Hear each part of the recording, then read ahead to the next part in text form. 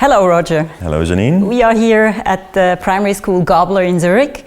So this is the perfect environment to talk about education. Absolutely, and don't ask me about my grades, but I enjoyed going to school. Look, I think it was a most important part of my life, you know, learning so many things, and in a way I loved it, yet it was so difficult sometimes with the grades, making sure I would always get through school, but I loved every moment of it, actually, looking back now. Were you a good student?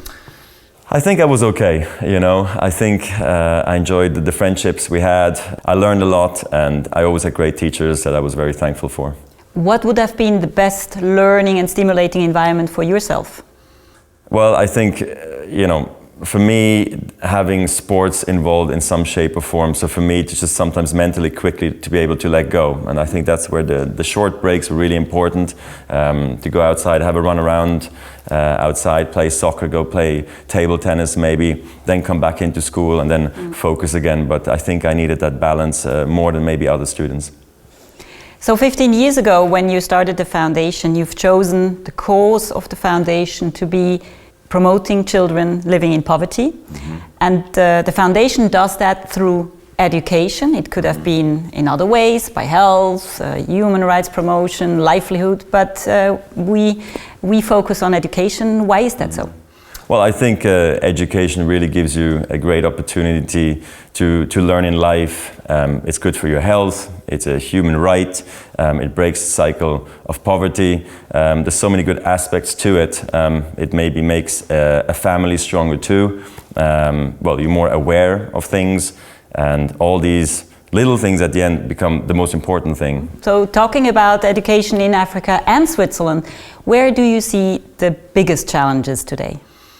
Well, I mean, there's always challenges everywhere you go, but I think actually, if you think about it, in Switzerland and in Africa, you have sometimes the same difficult situations. You know, at the end, it's always about how good is the teacher, for instance, how good is the quality of the teacher, you know? Are you happy with the teacher as a parent? Do you trust the teacher? Do you trust the school? Do you trust the principals? How is everything going? So I think from that aspect, it's actually quite similar to the challenges we see here and in Africa. Nevertheless, there are some differences, unfortunately, between Africa and Switzerland. What have you experienced on your field visits? Well, you know, when I do the trips and I meet the kids and I see, you know, the principals and the parents and everybody, you know, and I see the buildings, you know, you see differences naturally. You know, it's a more of a poor environment.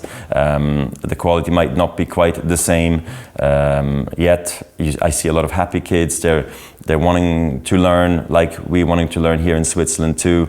We want to become better students, better citizens, and from that standpoint, I think also having something to eat in school in Africa is something that is very important, you know, to the health for the students, but also for their comfort and their happiness overall. So whereas in Switzerland, we don't have to worry about that aspect very much, really.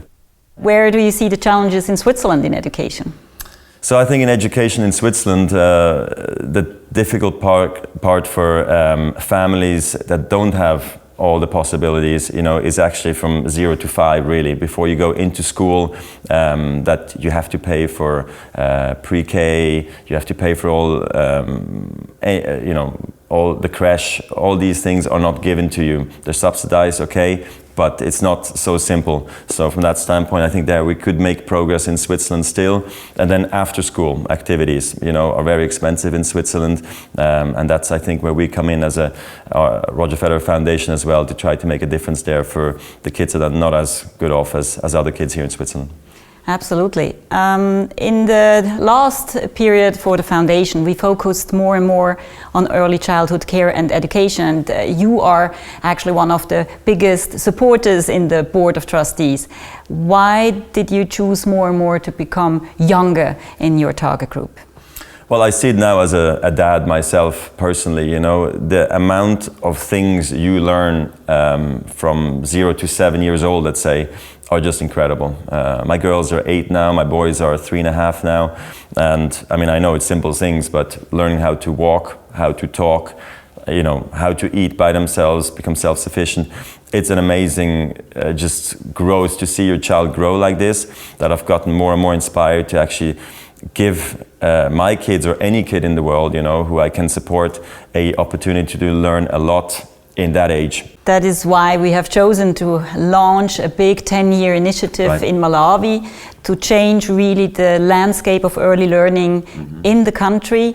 Would you recommend for other donors, other private donors, to join that field of education? Absolutely. I think it'd be great if we've had more donors, you know, for early childhood education, because I see the impact you can have. And plus, you know, I think if you commit for long term, 5, maybe even 10 years, you can really make a difference. I went to meet government in Malawi for the first time with you, you know, now a couple of years back. And it was interesting to see how we were able to bump up early childhood education on the agenda way up. And we now see a difference. And with little money, we're one of the biggest players, really, in a country like Malawi. It's wonderful to see. So we see the impact, and that's so important, not just for the kids, but for us, but also for the donors. Thank you very much. My pleasure.